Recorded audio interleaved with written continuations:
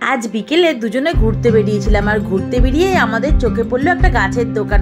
তখন তোমার দাদাভাই বললো গাছ কিনবে, আমি বললাম হ্যাঁ নেবো। বলতে আমরা ওখান থেকে গাছ কিনে নিলাম, আর তার পাশেই বিক্রি হচ্ছিল পুরো টাটকা সবজি। বললাম তো চলো সবজিও কিছুটা কিনে নিই, বলে গাছ সবজি কিনে বাড়ি ফিরলাম। বাড়ি ফিরে ও আমাকে বললো একটু চাউমিন বানিয়ে দেবে, আমি বললাম ঠিক আছে বানিয়ে দিচ্ছি।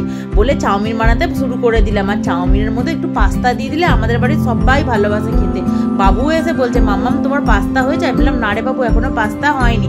বলে তারপরে আমি সবজিগুলোকে দেখছি, একদিকে ভাজা বসিয়ে দিলাম আর আরেকদিকে আমি পাস্তা আর চাউমিন সেদ্ধ বসিয়ে দিলাম। এই দেখো এখানে আমার সবজিটা মোটামুটি ভাজা হয়ে গেছে। সবজি বলতে আমি এখানে আলু পেঁয়াজ দিয়েই করেছি।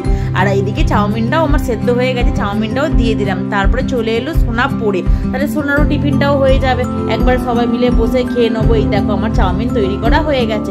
তারপর তোমাদের দাদাভাই শুয়েছিল, আমি ওকে ডেকে বললাম এ নাও আমার চাউমিন তৈরি করা হয়ে গেছে। ও তো দেখে খুবই খুশি হয়েছে যে আমি বলতেই চাউমিন বানিয়ে দিল। তারপরে আমি বললাম খেয়ে বলো কেমন হয়েছে। তারপরে খেয়ে বললো খুব ভালো হয়েছে খেতে।